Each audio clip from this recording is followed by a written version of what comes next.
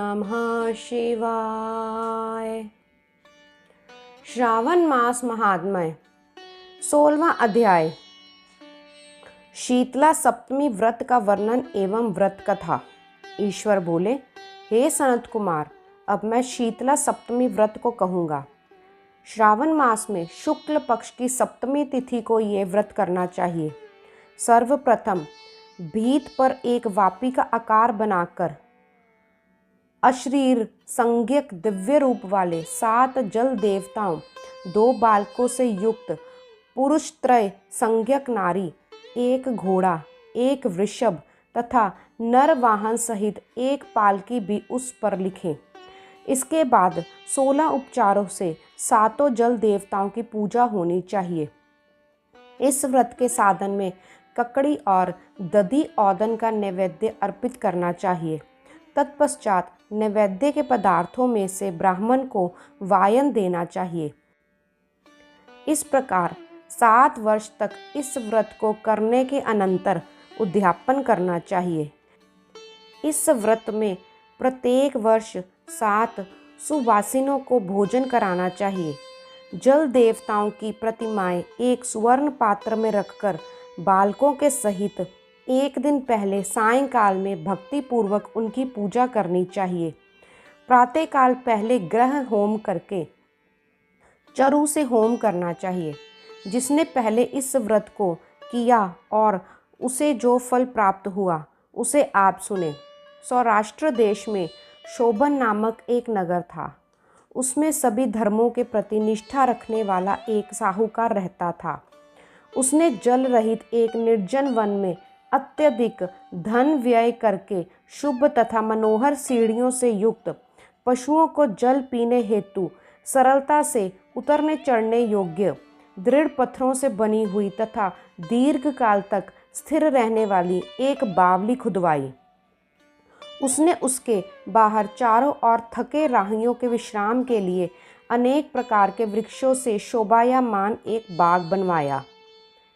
किंतु वह बावली सूखी रह गई और वहाँ एक भी बूंद जल नहीं प्राप्त हुआ। मेरा प्रयास व्यर्थ हो गया और मैंने व्यर्थ में अपना धन व्यय किया। इस चिंता में पड़ा हुआ वह धनद नामक साहूकार वहीं पर रात में सो गया।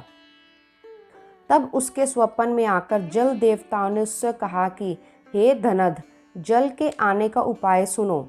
यदि तुम हम लोगों के लिए आदर पूर्वक अपने पौत्र की बलि दोगे तो उसी समय तुम्हारी ये बावली जल से भर जाएगी।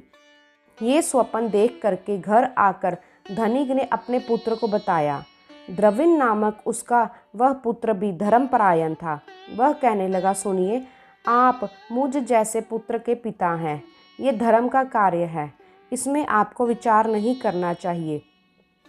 ये धर्म ही स्थिर रहने वाला है और पुत्र आदि तो नश्वर है। अल्प मूल्य से महान वस्तु प्राप्त हो रही है, अतः यह खरीदारी अति दुर्लभ है। इसमें लाभ ही लाभ है।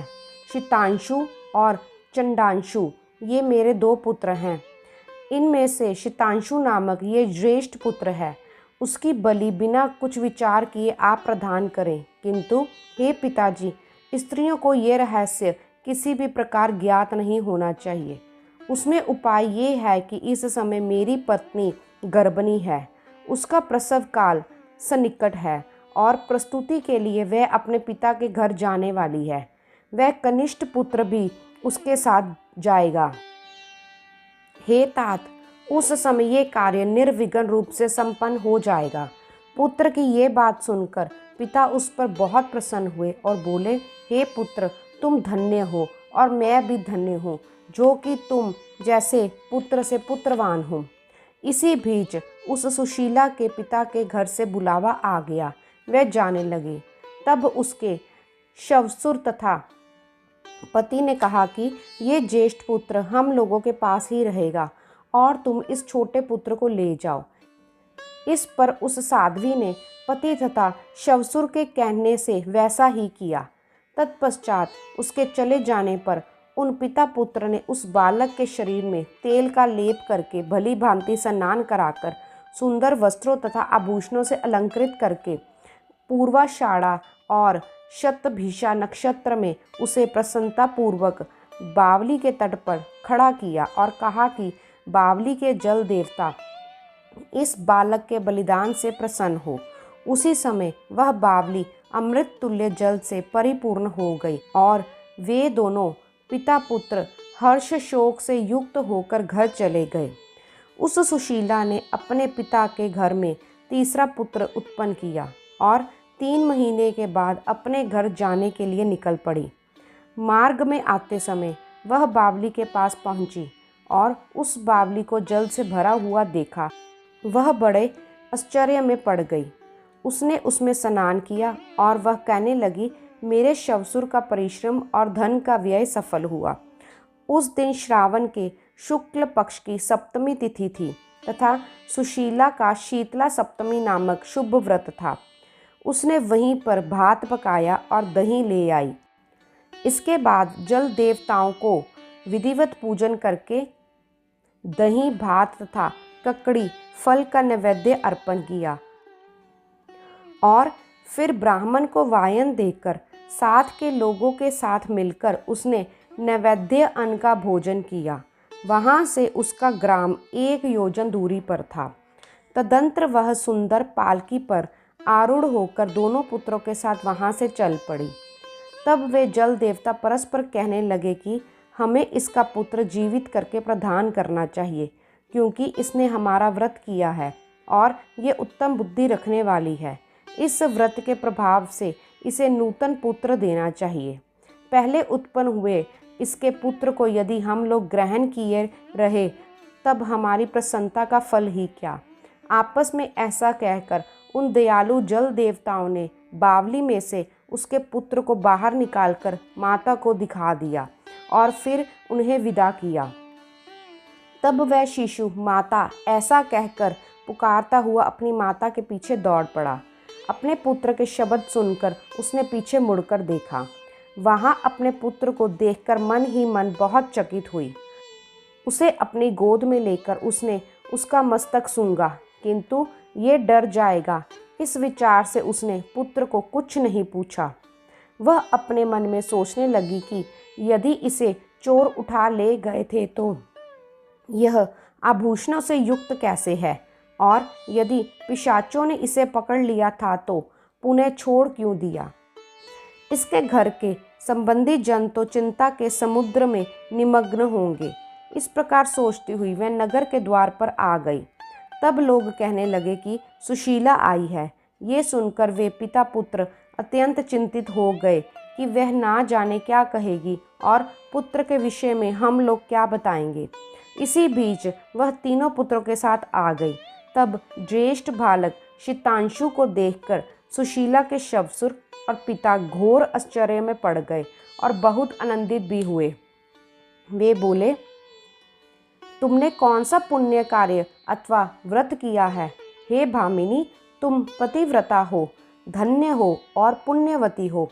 इस शिशु के मृतक हुए तो 2 महीने बीत चुके हैं और तुमने इसे फिर से प्राप्त कर लिया तथा वह बावली भी जल से परिपूर्ण हो गई।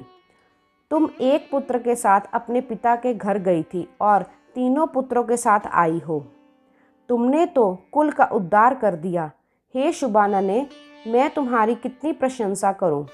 इस प्रकार शवसुर ने उसकी प्रशंसा की। पति ने उसे प्रेम पूर्वक देखा और सास ने उसे आनंदित किया। तत्पश्चात उसने मार्ग के पुण्य का समस्त वृत्तांत कहा। अंत में उन सभी ने मनोवांछित सुखों का उपभोग करके बहुत आनंद प्राप्त किया। हे वत्स, मैंने इस शीतला सप्तमी व्रत को आपसे कह दिया। इस व्रत में दधी औदन शीतल, ककड़ी का फल शीतल और बावली का जल भी शीतल होता है तथा इसके देवता भी शीतल हैं। अतः शीतला सप्तमी का व्रत करने वाले तीनों प्रकार के तापों के संताप से शीतल हो जाते हैं। इसी कारण से ये सप्तमी शीतला सप्तमी इस यथार्थ नाम वाली है। इस प्रकार श्री स्कंद पुराण के अंतर्गत ईश्वर सनत कुमार संवाद में श्रावण मास महात्म्य में शीतला सप्तमी व्रत कथन नामक 16वां अध्याय पूर्ण हुआ। ओम नमः शिवाय।